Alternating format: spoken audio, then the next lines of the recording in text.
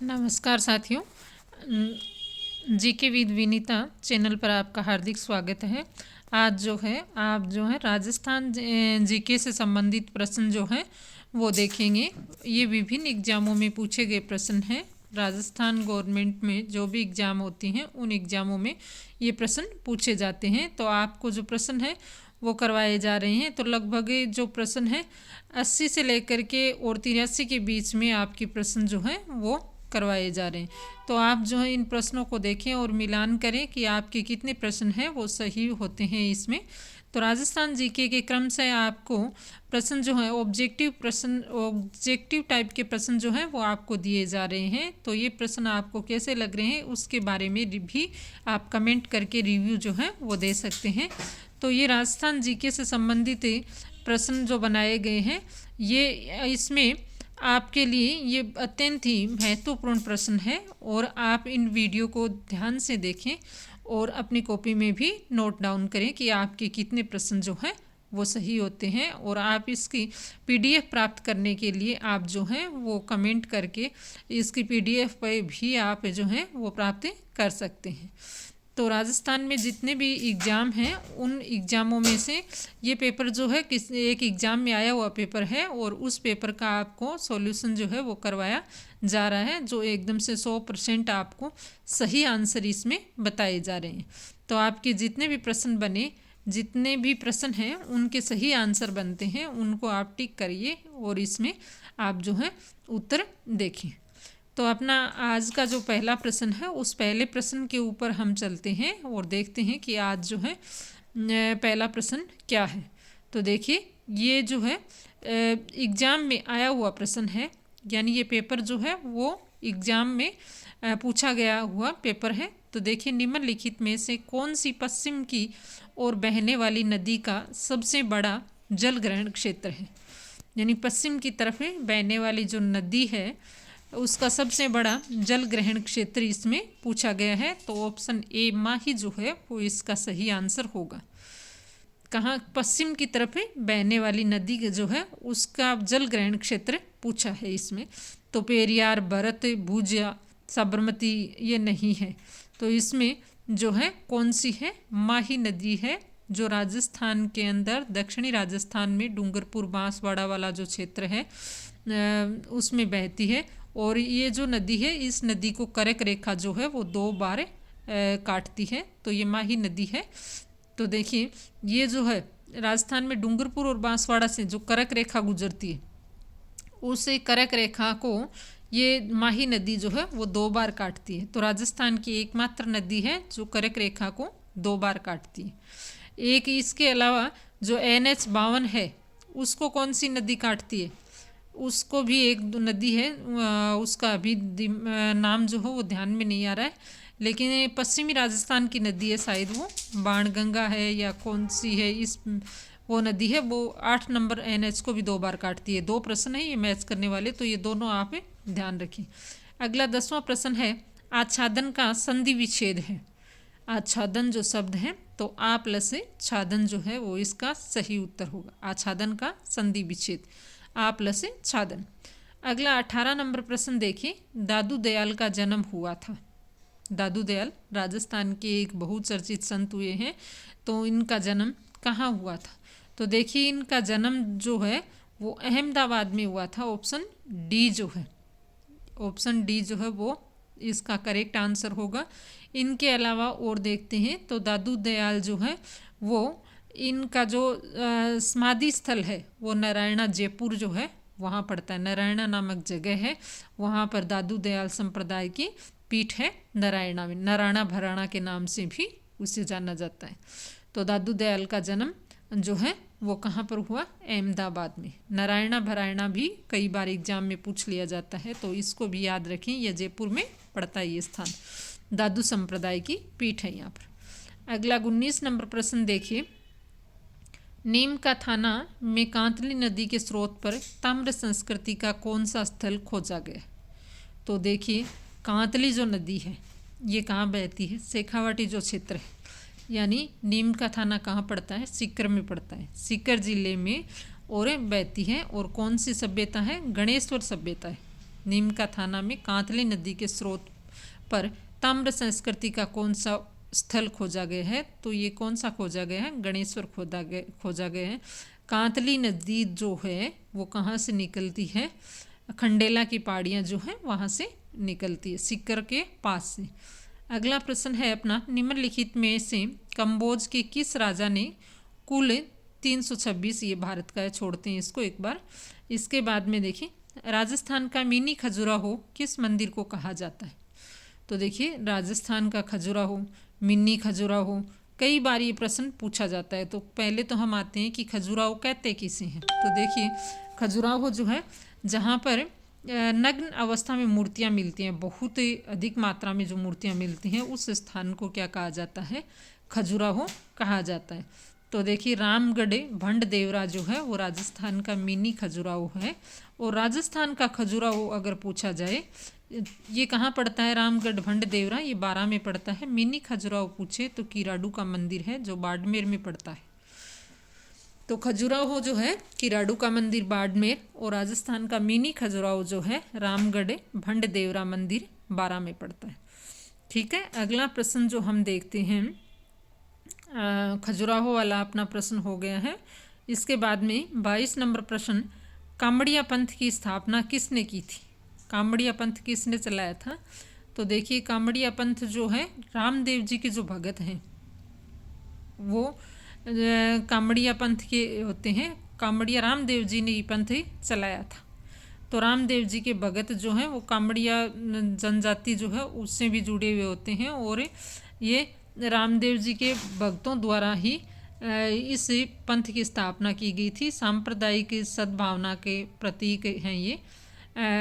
तो इसमें देखिए, प्रश्न जो है उसमें उत्तर पूछा गया है, मल्लीनाथ जी, हड़बू जी, तेजा जी, रामदेव जी। तो कामड़िया पंथ के जो स्थापना करता है वो हैं रामदेव जी, जिन्हें राम सापीर के नाम से भी जाना जाता है। पोखरण जैसलमेर जो है इनका मंदिर भी बना हुआ है।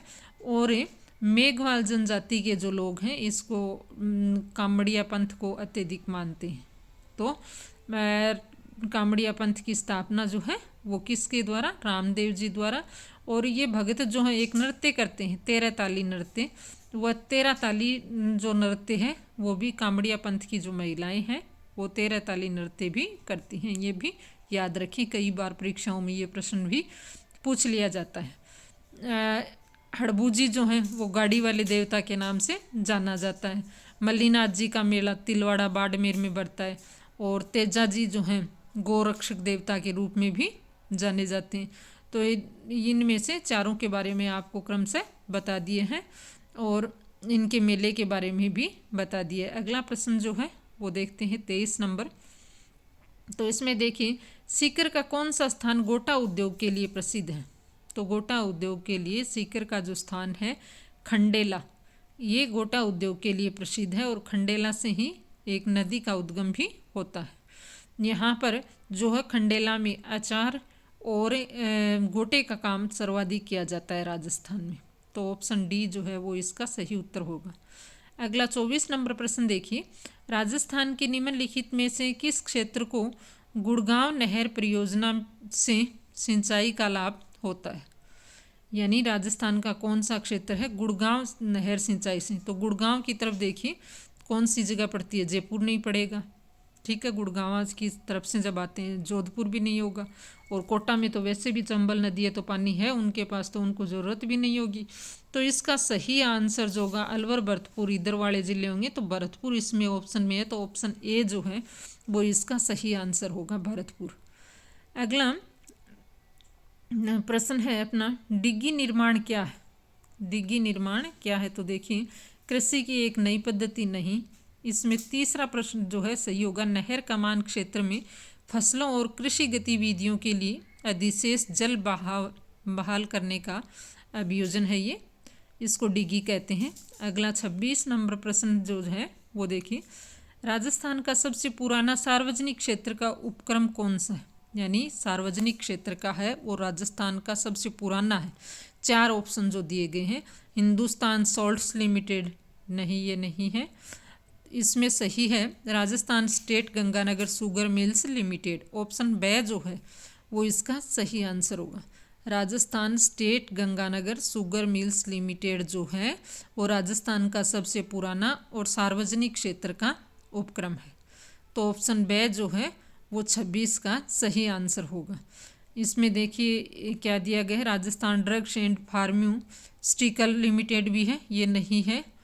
इसमें Rajasthan electronics and instruments limited, ये कोटा में अब ये भी नहीं है, तो बे सही आंसर होगा। इसके बाद में 27 नंबर देखिए, भारत के संविधान की प्रस्तावना में शब्द सोशलिस्ट यानी समाजवादी और सर्कुलर धर्मनिरपेक्ष किस संशोधन द्वारा जोड़े गए हैं। तो यहाँ पर देखिए ये जो दोनों शब्द हैं यानी समाजवादी और धर्मनिरपेक्षता जो है वो कौन से संविधान संशोधन के द्वारा जोड़े गए हैं, 41वां 42वां।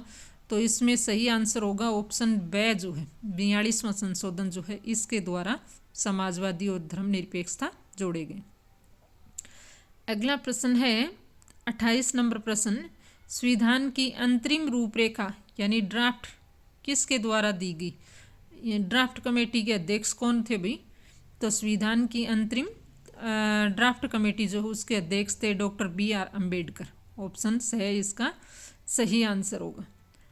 अगला 29 नंबर प्रश्न है अपना, 44वें संशोधन अधिनियम 1978 के द्वारा निम्नलिखित में से कौन से मौलिक अधिकार को सूची से हटा दिया गया।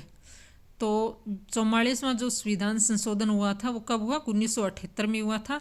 और संपत्ति का अधिकार जो है ऑप्शन बी, संपत्ति के अधिकार को यहाँ से हटा दिया गया था। तो ऑप्शन बी जो है वो इसका सही आंसर हो जाएगा, यानी 44वां संविधान संशोधन 1978 में हुआ था और संपत्ति के अधिकार को हटाया गया। अगला प्रश्न है 30 नंबर, ये हिंदी का प्रश्न है, निम्नलिखित लोकोक्ति के सही अर्थ का चयन कीजिए। एक तो करेला दूजा नीम चढ़ा, ये लोकोक्ति है, एक तो करेला दूजा नीम चढ़ा। तो इसका बुरे को बुरे का साथ मिलना, ऑप्शन ए जो है वो इसमें सही होगा। लोकोक्ति जो है उसमें ऑप्शन ए सही होगा। अगला 31 नंबर प्रश्न देखिए, सूची 1 को सूची 2 से सुमेलित कीजिए। तो सूची 1 और सूची 2 दिए गए हैं।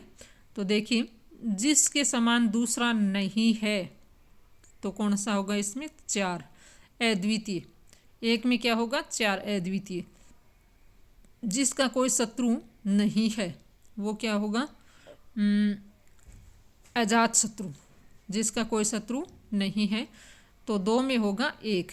जो बहुत बोलता है उसको क्या कहते हैं, बहुत बोलता है तो उसको कहते हैं वाचाल, 3 नंबर होगा 3 में। और जो किए गए उपकार को मानता है कृतज्ञ। तो ये क्रम जो है हमें कहाँ देखने को मिलता है, तो ए में देखिए 4, बी में है 2 में अपने को जिसका शत्रु न है 1, 2 में 1 है, सी में 3, सी में हाँ ये बी आंसर हो जाएगा। 32 नंबर प्रश्न है, निम्नलिखित में पत्र लेखन की एक अनिवार्य विशेषता है, पत्र लेखन की एक अनिवार्य विशेषता है। तो इसमें विचारों में क्रमबद्धता, ए जो है वो सही आंसर होगा 32 का। इसके बाद में हम देखते हैं अगला कंप्यूटर का प्रश्न है, एक प्रस्तुति के दौरान एक स्लाइड से दूसरी स्लाइड के परिवर्तन में आने वाले स्पेशल इफेक्ट को क्या कहते हैं। एक प्रस्तुति के दौरान एक स्लाइड से दूसरी स्लाइड के परिवर्तन में आने वाले स्पेशल इफेक्ट को क्या कहते हैं। तो इसको स्लाइड ट्रांजिशन कहते हैं, स्लाइड ट्रांजिशन। ऑप्शन ए जो है वो इसका सही आंसर होगा।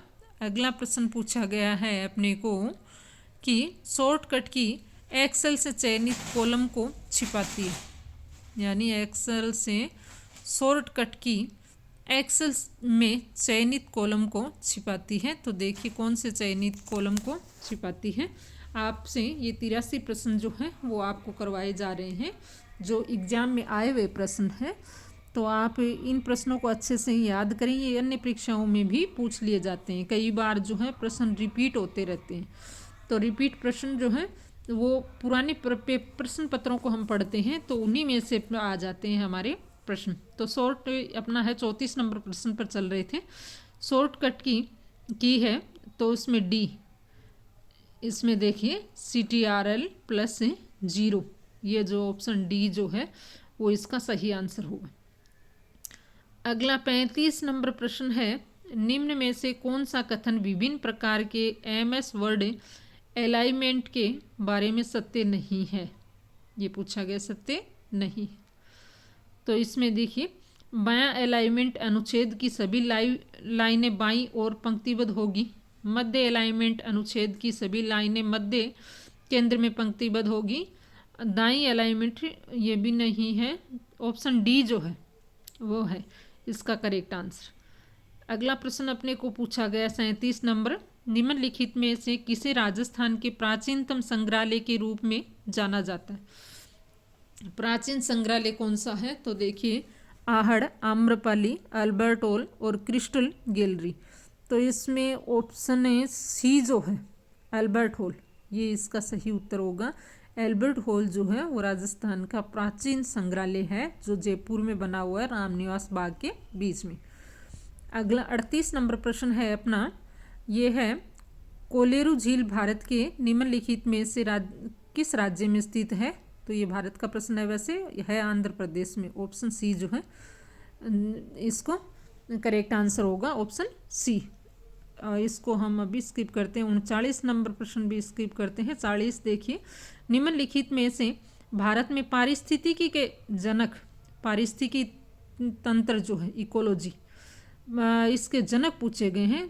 तो इसमें option B Ramdev Mishra, ecology के जनक जो हैं वो कौन है, रामदेव मिश्रा। ऑप्शन बी जो है वो 40 का सही उत्तर होगा। अगला 41 नंबर देखिए, निम्न में से क्या एक कवक द्वारा उत्पादित रोग है। कवक जो होता है, कवक के द्वारा निम्न में से क्या एक कवक द्वारा उत्पादित रोग है।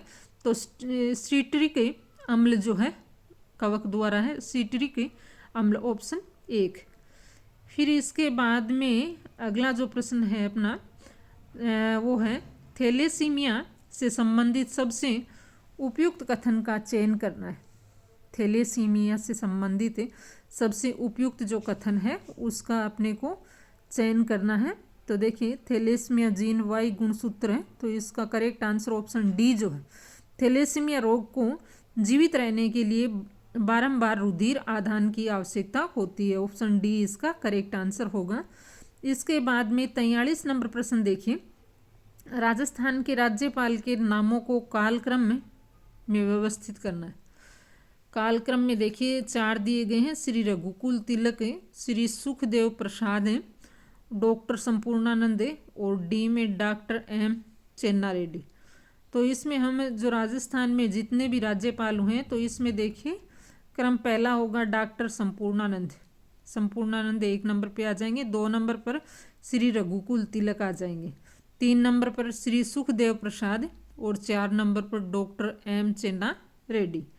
तो इस प्रकार से ये क्रम आएगा सी ए और B D, C A B D. Option D जो है वो इसका सही उत्तर होगा।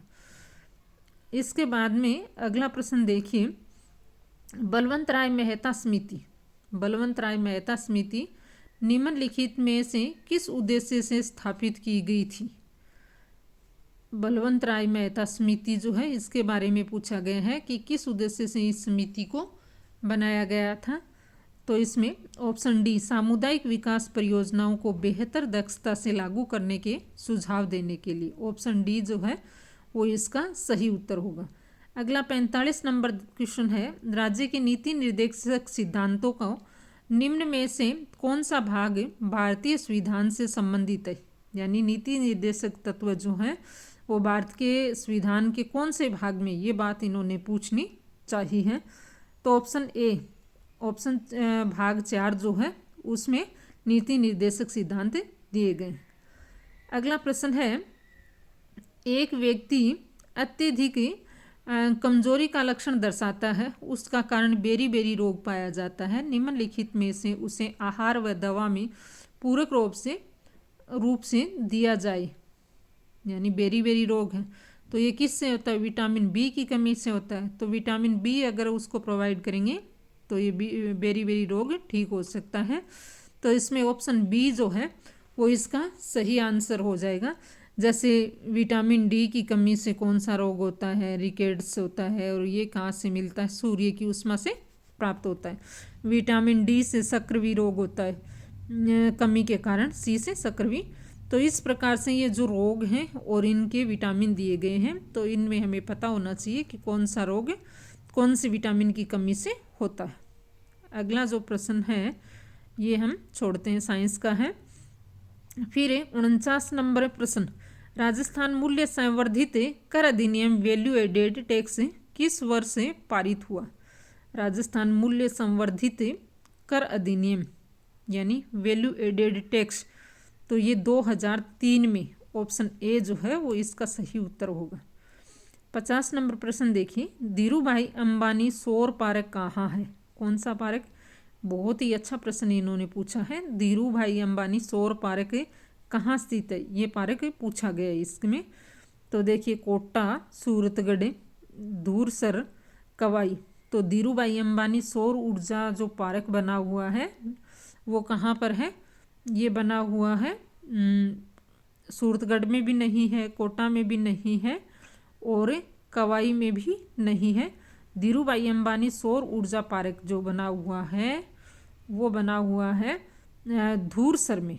ऑप्शन बे जो है वो इसका सही आंसर होगा। धीरू भाई अंबानी सौर पार्क कहाँ है? ये महत्वपूर्ण प्रश्न है, इंपॉर्टेंट प्रश्न है, इसको याद रखें। तो ऑप्शन बे जो है इसका सही आंसर होगा। अगला प्रश्न देखिए 51 नंबर, निम्नलिखित में से कौन सा राजस्थान का पहला बड़ा कोयला आधारित ताप विद्युत संयंत्र है? कोयला आधारित होना चाहिए, और राजस्थान का पहला पूछा गया है तो कोटा ताप विद्युत संयंत्र, ऑप्शन बी जो है इसका सही उत्तर होगा। फिर अगला जो प्रश्न है वह अभिक्रिया जिसमें उत्पाद ही उत्प्रेरक का कार्य करता है अभिक्रिया कहलाती है। उत्पाद उत्प्रेरक का कार्य करता है, तो कौन सी अभिक्रिया है? तो ऑप्शन बे, स्वतः उत्प्रेरित अभिक्रिया।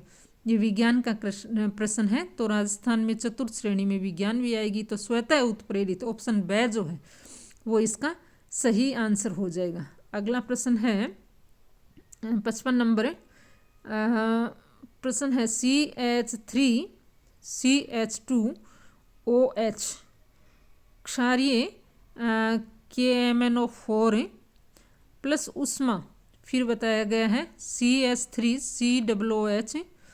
ये जो है इसके बारे में उपरोक्त अभिक्रिया में क्षारीय KMnO4 के रूप में कार्य करता है, यानी KMnO4 के रूप में कार्य करता है, तो ऑक्सीकरण कर्मक के रूप में, ऑप्शन बे जो है वो इसका सही आंसर होगा। अगला प्रश्न देखिए, अपन देखते हैं 59 नंबर प्रश्न देखिए, भारत द्वारा अंतरिक्ष में भेजा गया पहला उपग्रह कौन सा है? तो वो है आर्यभट्ट, ऑप्शन बे जो है वो सही उत्तर होगा इसमें। फिर अगला प्रश्न देखते हैं, ये देखिए एक साइंस का प्रश्न है, एक सामान्य नेत्र के लिए स्पष्ट, साइंस का कोई छूटा तो नहीं है, साइंस का ही प्रश्न है। एक सामान्य नेत्र के लिए स्पष्ट दर्शन की न्यूनतम दूरी या निकट बिंदु 25 सेंटीमीटर ली जाती है। प्रश्न देखिए, एक सामान्य नेत्र के लिए स्पष्टता दर्शन की न्यूनतम दूरी या निकट बिंदु 25 सेंटीमीटर ली जाती है। एक वृद्ध व्यक्ति के लिए, यानी उसकी कितनी है पूछी गई है कि एक वृद्ध व्यक्ति के लिए ये दूरी बढ़कर 50 सेंटीमीटर तक हो जाती है। कोई बूढ़ा व्यक्ति है उसकी दूरी 50 सेंटीमीटर तक हो जाती है। यदि व्यक्ति 25 सेंटीमीटर की दूरी से पुस्तक पढ़ने का प्रयास करता है, यानी 25 सेंटीमीटर की दूरी से अब वो पढ़ने का प्रयास करता है, तो प्रतिबिंब इमेज धुंधला प्रतीत होता है। नेत्र का ये दृष्टि दोष कहलाता है। इस प्रश्न को अच्छे से समझ करके करें भाई। 25 सेंटीमीटर की दूरी से वो पुस्तक पढ़ता है तो प्रेस बायोपिया या जरा दोष इसमें होगा, ऑप्शन ए जो है। इस प्रश्न को अच्छे से समझें और समझने के बाद में निकट दृष्टि दोष और दूर दृष्टि दोष कैसे होता है उसकी हमें सामान्य से जानकारी होनी चाहिए। तो अगर ये जानकारी होगी तभी हम इस प्रश्न के हल को कर पाएंगे। तो इसका ऑप्शन ए प्रेस बायोपिया या जरादोस जो है ऑप्शन ए जो है वो 60 में सही आंसर होगा। फिर अगला प्रश्न जो है वो देखिए 61 नंबर प्रश्न है, राजस्थान के प्रथम मुख्यमंत्री कौन थे। यहाँ पर प्रथम मुख्यमंत्री पूछे राजस्थान के, तो देखिए यहाँ पर राजस्थान के प्रथम मुख्यमंत्री तो टीकाराम पालीवाल तो राजस्थान के प्रथम निर्वाचित मुख्यमंत्री थे, तो टीकाराम पालीवाल तो नहीं होगा। इसमें प्रथम सीधा सा प्रश्न है तो इसका ऑप्शन सी हीरालाल शास्त्री जो है वो राजस्थान के प्रथम मुख्यमंत्री थे, तो हीरालाल शास्त्री जो है वो इसका सही उत्तर होगा। टीकाराम पालीवाल जो है वो निर्वाचित पहले मुख्यमंत्री हैं। तो यहाँ पर 61 का जो सही होगा तो वो होगा ऑप्शन स जो है वो करेक्ट आंसर। फिर 62 नंबर प्रश्न देखिए, राज्य सरकार के मुख्य सचिव की नियुक्ति कौन करता है। तो राज्य सरकार में मुख्य सचिव जो होता है वो किसके कार्य देखता है, तो राज्य सरकार के मुख्यमंत्री के कार्य जो हैं उनको देखता है, तो इसमें ऑप्शन बी जो है वो इसका सही आंसर होगा। यानी राज्य सरकार में मुख्य सचिव की नियुक्ति जो है वो मुख्यमंत्री ही करता है। ऑप्शन बी जो है वो इसका सही उत्तर होगा। अगला प्रश्न 63 नंबर है, राजस्थान राजस्व मंडल का मुख्यालय कहाँ है। तो राजस्थान का राजस्व मंडल जो है उसका मुख्यालय है अपने अजमेर में। यहाँ पर राजस्व मंडल का मुख्यालय पूछा है तो ऑप्शन सी जो है वो अजमेर जो है इसका सही आंसर होगा। 63 नंबर के प्रश्न का ऑप्शन जो होगा सी। फिर इसमें देखिए 64 नंबर प्रश्न पूछा गया है, ग्रेगर मेंडल ने अपने कृत्रिम पार परागण प्रयोग के लिए मटर के पौधे की कितनी शुद्ध प्रजनन किस्में उपयोग की। तो देखिए इन्होंने कितनी जो है शुद्ध प्रजनन किस्में पूछी हैं, तो जोड़े तो इन्होंने किए थे 7 और एक किस्म के जो किए थे तो 14 किए थे। तो ऑप्शन सी जो है 7 तो इन्होंने क्या किया युग्म के रूप में, और जोड़े कितने थे 7 और 14 थे इसमें प्रजनन किस्में थी 14। तो इसका 64 नंबर का जो सही उत्तर होगा वो ऑप्शन सी जो है वो होगा, यानी 14 किस्में थी ग्रेगर मेंडल का इन्होंने पूछा है। फिर इसके बाद में अगला प्रश्न जो है 66 नंबर, निम्नलिखित में से राजस्थान के महाधिवक्ता कौन है। तो राजस्थान के महाधिवक्ता पूछे गए हैं 6 सितंबर 2024 को। 6 सितंबर 2024 को राजस्थान के जो महाधिवक्ता थे जितेंद्र गुप्ता, जय सिंह शर्मा, भूपेंद्र मीणा नहीं, राजेंद्र प्रसाद गुप्ता। ऑप्शन सी जो है वो 66 का सही उत्तर होगा। यानी राजस्थान के महाधिवक्ता 6 सितंबर 2024 को कौन थे, तो राजेंद्र सिंह गुप्ता। ऑप्शन सी जो है वो 66 का सही आंसर होगा। तो देखिए साथियों अभी हमने 66 क्वेश्चन किए हैं और ये जो 66 क्वेश्चन आपको करवाए गए हैं वीडियो काफ़ी लंबा बन गया है। इससे आगे के जितने भी प्रश्न हैं वो आपको अगले वीडियो में करवाए जाएंगे। तो इसका जो 66 का तो सी है, ऑप्शन सी आंसर जो है वो करेक्ट होगा। तो आगे के प्रश्न जो हैं वो आपको अन्य वीडियो में करवाया जाएगा क्योंकि ये वीडियो काफ़ी लंबा जो है वो बन गया है। तो आपको ये जो ऑप्शनल टाइप यानी ऑब्जेक्टिव टाइप जो प्रश्न हैं आपको अच्छे लग रहे हैं तो इसे लाइक करें, शेयर करें और सब्सक्राइब करें, अपने मित्रों के साथ भी साझा करें। मिलते हैं एक नए वीडियो के साथ, तब तक के लिए धन्यवाद।